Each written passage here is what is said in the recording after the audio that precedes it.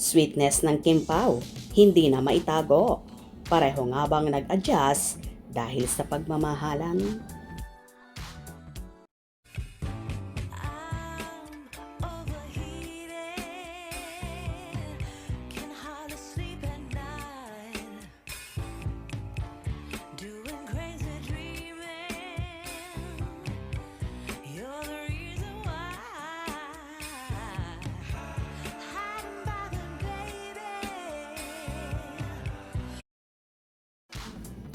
May kumalat na naman na video ang Kim Pao kung saan katatapos lang nila ng taping at papasok na naman sila sa isang tent.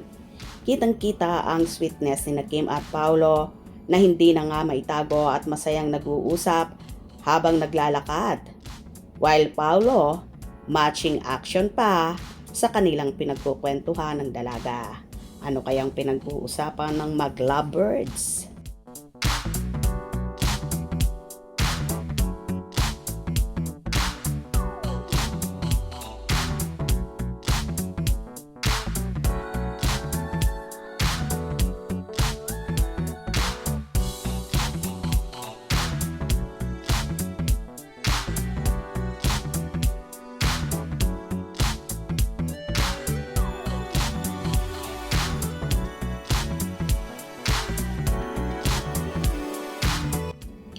Marami namang napansin ang mga fanay na kakaiba, lalong higit kay Paolo. Kagaya na lang daw ng pagiging nonchalant ng aktor na ngayon nga ay naging madaldal na simula nang makasama at makatrabaho si Kimi. At pareho nga daw nag-adjust ang dalawa. Si Kim naman na maingay ay tila binabawasan na niya ito kapag sila lang dalawa ng binata ang magkasama. Hindi na nga maitago pa ng Kim Pao ang sweetness nila at kusa itong lumalabas. Lalo na kapag off-cam. Maraming fanay naman ang tuwang-tuwa. Samantala ikinoloka rin ang hindi pagpapakita ng mukha ni Paolo habang kumakain sila kasama ang buong staff at team ng The Alibay series. Ganon din ang director na si Lauren Jogi at ang BFF ni Kimi na si Bella Padilla. Iniikot kasi ni Kim ang cellphone at ayaw tumingin ni Paolo na tila nagtatago or nahihiya lang kina Direk na ayon pa nga sa pagkukwento ni Chinita Princess kay Direk Lauren ay in character daw ang actor ng 6am kaya siguro ganon or talagang nagpapamiss lang siya sa mga fans. Bayaan mo si Pao in character as an investigate reporter si Vincent Cabrera. Hayaan mo si Pao nonchalant kasi. Basta kami, Kimi, forever. Hindi ko talaga maintindihan ang mga people nung gumagawa ang Kim Pao ng movie. Ganun din ang sabi nila na hindi sweet si Pao kay Kim. Hindi na sila nakita na magkasama, etc. Wala na ang Kim Pao. Nang nag-promote na ang Kim Pao, sweet na.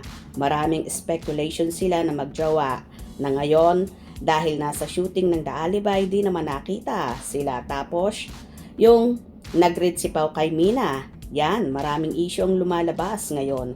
Wala na ang Kim Pao, sabi ng bashers. Tapos si Pao palaging wala. Di kaya malayo kay Kim. Sa totoo lang, sad ako.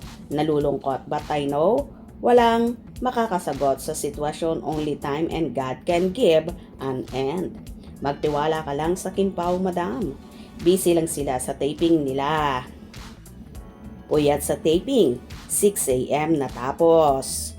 Ewan sa mga fans na iba, konting kibot, nega kagad. Akala siguro nila hindi pagod mag-shooting. Di sila marunong umintindi sa Kim Pao, pagod at puyat din yan. Bakit ganyan ka Pao, ikinakakahiya mo ba si Kimi? Sana sumabay ka naman. Akala namin sinabayan mo si Kimi kung ano ang gusto niya, bakit nagtatago ka? Kahapon may binati ka Pao na Miss Mina, ang saya mo. Todo yung ngiti mo, bakit ngayon? Nakayuko ka na naman.